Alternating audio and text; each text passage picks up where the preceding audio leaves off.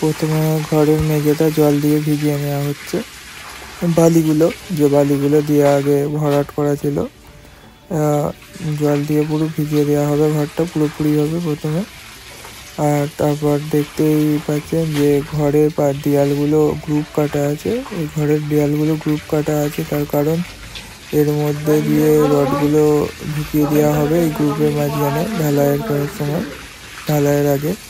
নাহলে মেঝে ঢালাই করে ফেলার পরে পরবর্তীকালে দেয়াল ও মেঝের মাঝখানে একটা সরু ফাটল দেখা যায়, যাতে সেটা না হয় সেই জন্য দেয়ালটা গ্রুপ কাটা আছে। এবং এই দেয়ালের গ্রুপের মধ্যে রডগুলো ঢুকিয়ে দেওয়া হবে, দিয়ে ঢালাইটা করা হবে।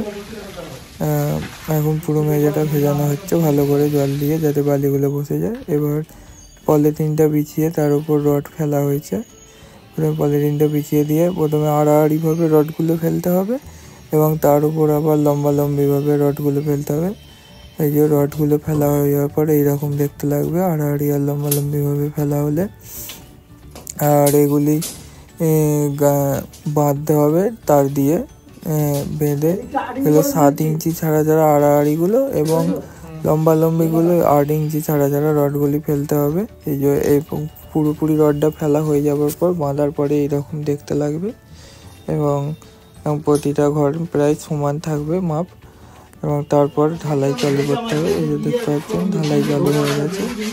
এই ঢালাইটা কিছু কিছু জায়গা আগে থাকতেই ঢালাই করা আছে, দেখছেন।